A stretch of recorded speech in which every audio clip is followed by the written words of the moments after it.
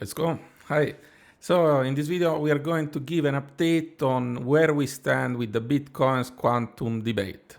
Basically, what's going on with the post-quantum migration strategy, what's the progress, what is the debate about, what are the interesting things people are talking about.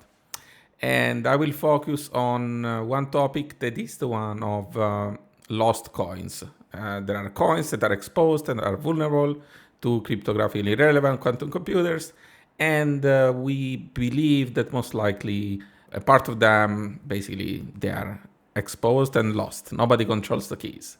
So what happens to those coins? And yes, how to deal with the migration in general. That's the main question I will talk about, but let's go look at all the debates, or at least the main debates.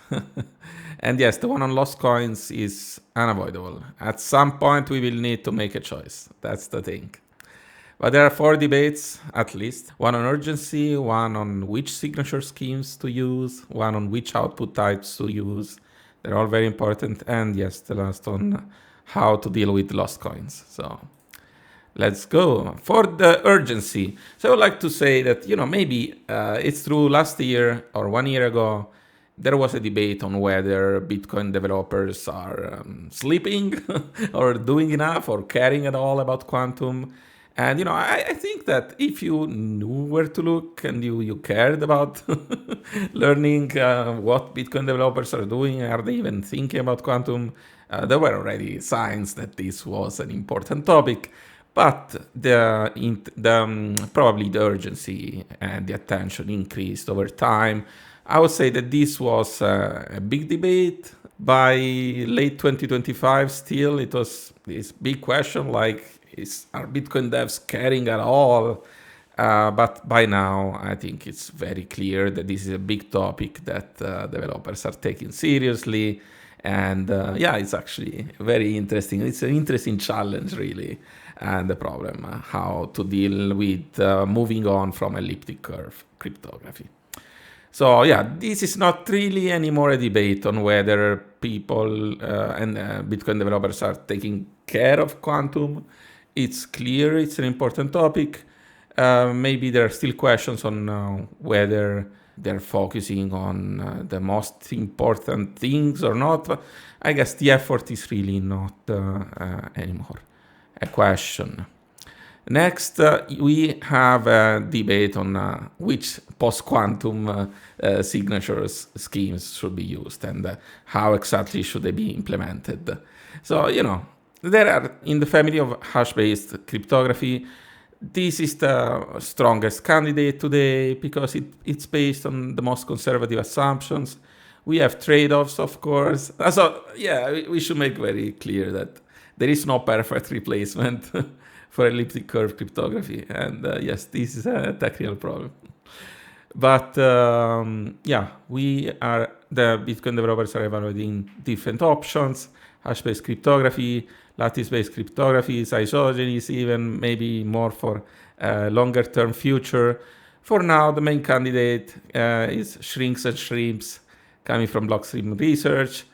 And yeah, we will see. But this is for sure a debate, or anyway, an important design choice. And, sometimes one could be tempted to say, we should allow cryptographic agility and allow many options. But that's not necessarily and obviously a good thing, because, at the end of the day, you're still sharing the chain with everybody else, and it's not enough to keep your keys safe, but also other coins should be safe. It's probably the most solid future for Bitcoin is to go for the safest replacement for elliptic curve cryptography, and don't let people just sign with whatever crypto they want, right? But yeah, that's a question for another video. And yes, about the output type, this is also important because we have BIP 360 proposing pay to Merkle root. But there are other types. There are other output types. So, when at the end of last year, I was thinking that, or maybe hoping that Bitcoin would take first steps towards quantum resistance by, formalizing, testing, formalizing, and pretty much accepting or deciding for a new output type that would probably be similar to what proposed by BIP 360, or anyway, a modification of Taproot to then include also post-quantum transaction signatures. But, there are more proposals. It's not only P2MR. We have pay to Taproot V2 and pay to quantum resistance hash. That are other options. And, the difference may look small, but it reveals nuances and trade-offs in what will be the best output carrying then the post-quantum transaction signatures. And it's something I want to cover in another video. There are trade-offs here. So pay to Taproot V2 would be basically virtually have no drawbacks even before moving to the post-quantum world. So basically this will be the easiest to migrate, and there is this hope that in this way the migration will happen in advance in the easiest possible way. Because with pay to Merkle root, there is some trade-off. It's less efficient than Taproot. So maybe people will not move there. But this is a big question. I just want to give a glimpse of what are possible trade-offs here. And we will cover this in another video. But this question is still open. It's a technical question, also a strategic question on the expectations of what people will do to migrate before Q Day. But yes, we will see in another video. I want to move to the lost coins problem. So let's start from the vulnerable coins. This is what I call vulnerable coins with exposed public keys. So these coins, 7 million Bitcoin, and I'm taking these numbers from Wixmart Bitcoin. It's amazing source here. And yeah, these 7 million BTC have their public keys exposed. They're revealed. We know for sure that at least this amount of coins has exposed public keys, or anyway, someone with a cryptography relevant quantum computer, CRQC, in the future, because they don't exist today, as far as we know. Well, yeah. And if someone has access to this capability, they can derive private keys from these coins. At least from these coins, because, maybe some other public keys have been leaked in some other ways, and there are other ways to get to know public keys. But these ones have been revealed, basically, from on-chain operations. So we know for sure. And this is huge, 35%. Of course, CRQC wouldn't, just sweep them all at once. That's not how it works. You have to go coin by coin, and you will start probably from the juiciest UTXOs. But this is a big number. And still, this is not the main focus of this video, because I want to talk about unrecoverable lost coins. I will see what it means. But these are all the exposed coins. And we have different types of transaction outputs. And this is not something we like to look at, but it's the truth. So we have 1.7 million in P2PK. So very old, really legacy address that might be, part of it might be unrecoverable, and we'll see what it means. And probably lost. So unrecoverable lost coin, the worst combination. So I talked about exposed or vulnerable coins. Doesn't mean lost, so that's the difference. Some of these exposed coins, that can be stolen at any time by a CRQC, actually they are held by active users. So there are active users who willingly, or maybe not, but have their coins in vulnerable addresses. And they either are unaware or they are not worried because they're active and they think that CRQCs are years, decades away, never, and they're not worried, and so they are not taking any precaution to, maybe they are, there are things you can do in general. For instance, if you have huge amounts of BTC, don't have them all in the same UTXO, because you don't want people to target you, and because CRQCs will target first high value UTXOs, right? So that's something you can do. But yeah, what I want to say is that many of these coins, and we'll see more data on this, many of these coins are active, and we can expect that eventually they will migrate to a safer option than just having your public key exposed for any CRQC to take its time and then derive the private key. Yeah. Some other coins of these 7 millions are or appear to be dormant, inactive. They are not moving since 5 years, 7 years, 10 years. Are they lost? We don't know. We can't really know. But yeah, huge amount. There are all these coins that are dormant and are not moving, and potentially some of them are lost. They're not moving because nobody owns the private keys. And finally, yes, there are the lost coins. That's the problem. There are some coins, we don't know how many. We cannot know how many, but many of these dormant coins are lost. They're not moving because they're lost. And if they're lost, they cannot migrate. They cannot move to a safer option because nobody owns these private keys. So that's a problem. And what are we going to do about it?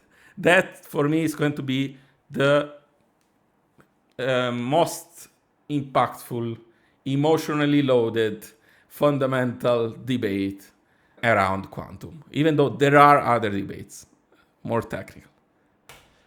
All right, so how many of these vulnerable coins, these are 7 million vulnerable coins over time, how many of these are lost? I said many and many of the dormant. So let's look at the numbers a little bit more. And yes, nobody is going to tell you how many are lost. But what you can see is 1.8 million coins never spent, ever. So that's huge. How many of these are lost? I don't know. But one can, I mean, it's reasonable to say that 1 or 2 millions of vulnerable coins are lost, because we have these 1.8 millions never spent, ever, and 1.8 million inactive. So yeah, this is since the genesis, since this is block 0, right? So many of these coins don't move since 10 years. And I don't know, yeah, it's very possible that these are people diamond handing, of course, many such cases. But some of these are lost as well. So we have these coins that are vulnerable and are lost. They will not migrate. What are we going to do about it? That's the question. And there are at least these 3 options. And the question is first, in general, how to deal with vulnerable coins. And then the second question, the more specific question, is vulnerable lost coins. But we can start thinking about vulnerable coins in general, because you cannot just expect that all vulnerable coins owners will take action and migrate to a post-quantum option when needed. So you might need to think in advance, what are we going to do about it? Do we believe that it's possible that some people will not have done the migration by the time a quantum computer appears and starts operating? What is going to happen next? Is there anything we can do to prepare for this kind of event? And yes, there are these 3 options. One is to freeze the vulnerable coins. So by the time the quantum computer appears, those coins are frozen. The quantum computer cannot move the coins that were vulnerable and not migrated because they were frozen or burned. We will see the difference. The other option is to do nothing. We don't do anything. We don't change consensus rules in a way that those coins are frozen. We don't do anything. We leave the coins there. And if CRQC appears and starts deriving the keys, they can take them, basically. And the respective owners also can decide to take action if actually had still control of the keys. And the third option is to rate limit vulnerable coin spending. It's not, you're not freezing the coins, but you are making them very slow to be spent. In my opinion, none of this choice is really neutral. So it's not like do nothing is neutral. Do nothing is also a choice, because in a way you are penalizing potentially the users who took action to migrate the coins. But yeah, that's really up to debate. Let's look at these three options more in detail. So option 1, freeze coins before elliptic cryptography breaks. Which, by the way, as usual, and it's true, some of the Bitcoin developers are more worried about ECC breaking in general, not necessarily due to a quantum computer. So there might be other ways. But anyway, the freezing strategy is to define a deadline or a triggering condition such that at that point, it's not possible anymore to use elliptic cryptography to sign to authorize a spend. So basically, yes, really freezing, because the coins that by that date, by that deadline, would still rely on elliptic cryptography to be spent, those coins are effectively frozen because elliptic cryptography is disallowed.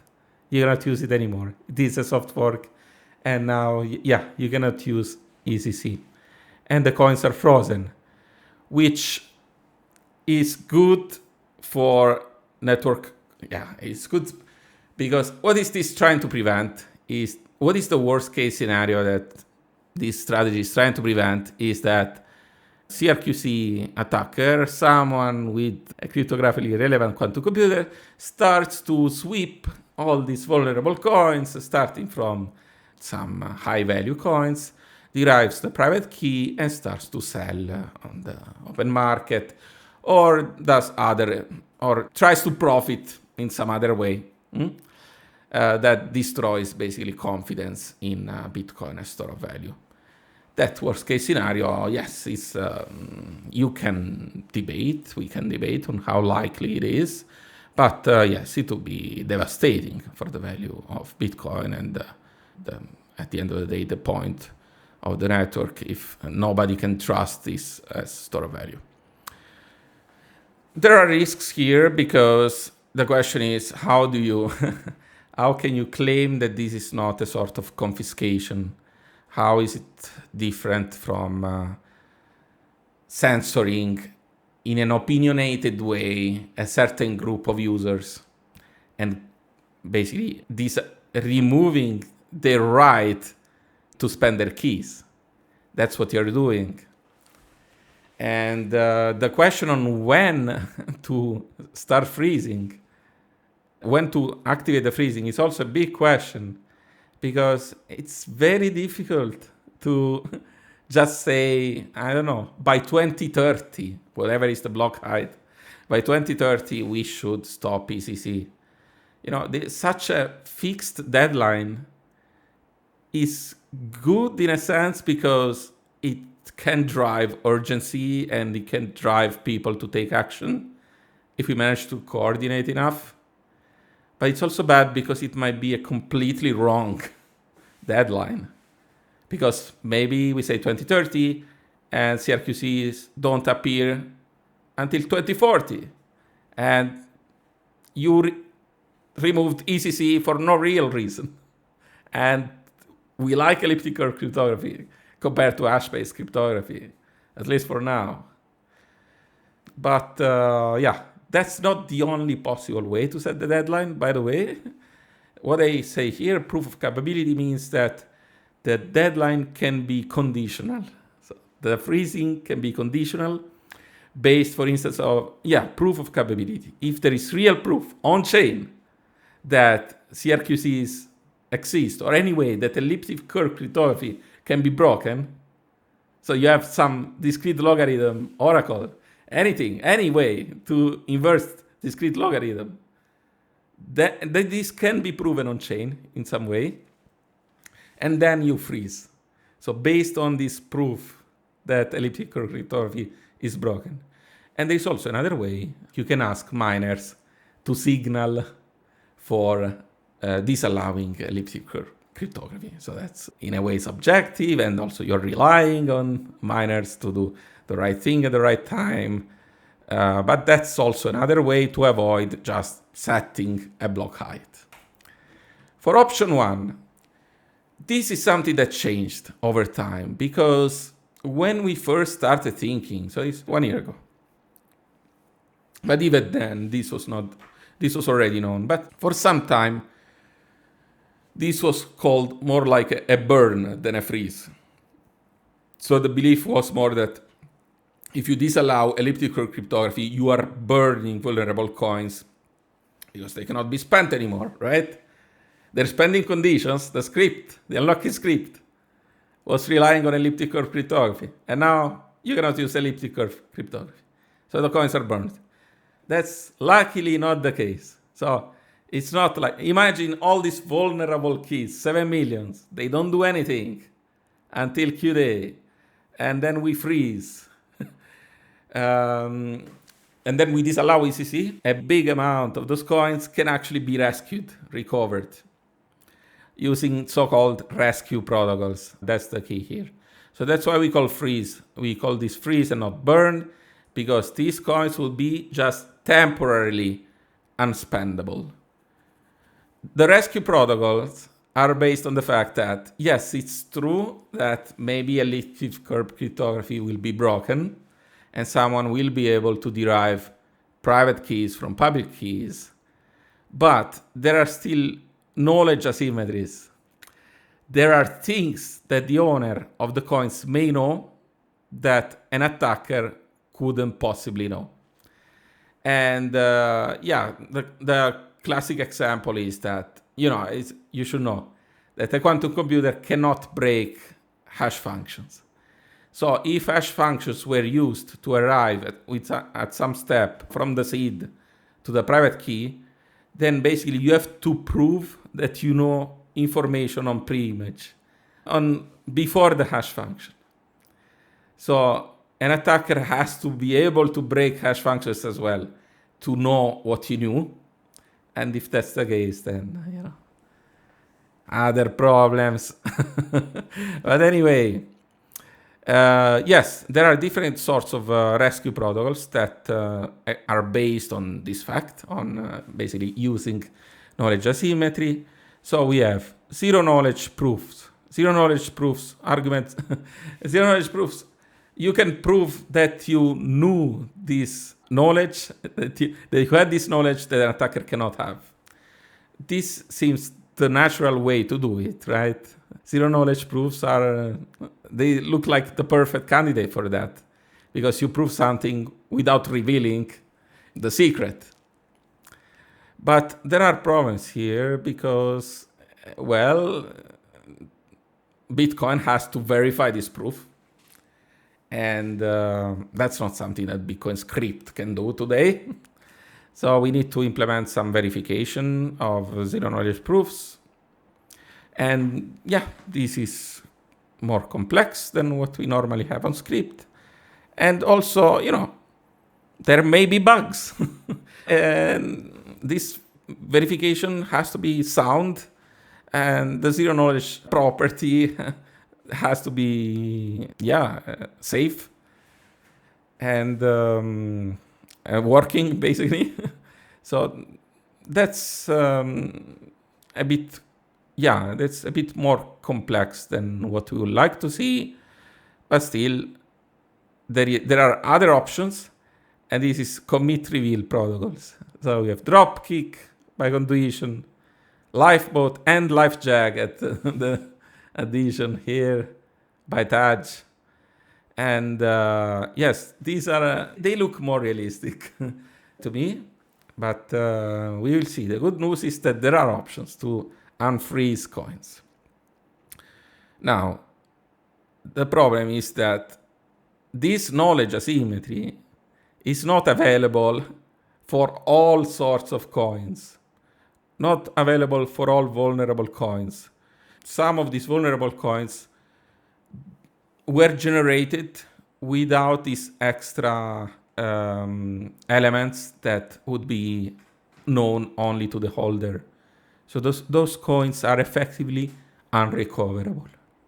And we have this set of coins that is lost, and so not migrated, it will never be migrated, and unrecoverable. And in that case, the freeze is effectively a burn. And that's controversial. Because there is another camp, and this is what I call option 2, that has as priority not the let's avoid that an attacker starts sweeping the coins and selling them on the market or shorting BTC and so on. This other camp says we need to do everything. When we create the strategy, the migration strategy, the first priority should be preserve the property that nobody can take your Bitcoin. Of course, as long as you keep your keys safe. So the property is your keys, your coins. There is like the counterpart of not your keys, not your coins, right? Your keys, your coins. But I want to clarify, this means if you keep your keys safe, nobody can take your BTC. And this is a principle of Bitcoin. Option 1 is breaking this principle because the coins will be frozen or burned. They're effectively taken from you. So the principle is, if you keep your keys safe, you can spend your Bitcoin. They're your coins, and you can move them. Freezing breaks this principle. So I fully understand people who have this option 2 here as first option because they have priority. They put priority on this. But I would say that when I state it this way, this principle is not really... this principle, it's true. This works. And it's not broken because, yes, quantum computers can take your Bitcoin, but the principle was assuming that you keep your keys private and safe, of course. And if you decide to keep relying on cryptography that is broken, super broken, sorry. That's the principle. So the principle is still there. Unconfiscatability is still preserved. So I understand this camp. I also understand the first camp. And honestly, when ECC is super broken, like why Bitcoin shouldn't fix this catastrophic bug, honestly? There is also this question. And the answer to why is in this direction. There is no easy answer here. And yes, in the do nothing this approach, do nothing, we don't know what will happen because we can't just say that some actors will steal all these coins and dump them. We don't know the intentions of the entity that will first have access to CRQCs.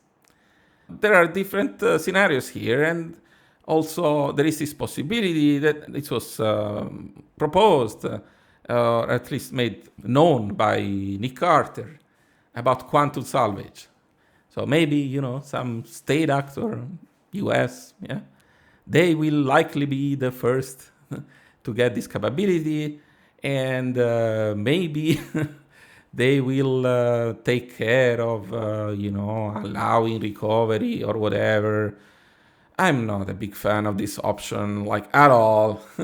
But it's an example. And it's a way for me to say that we don't know what kind of attack will be there. We have no idea even of how expensive and how fast will be this capability.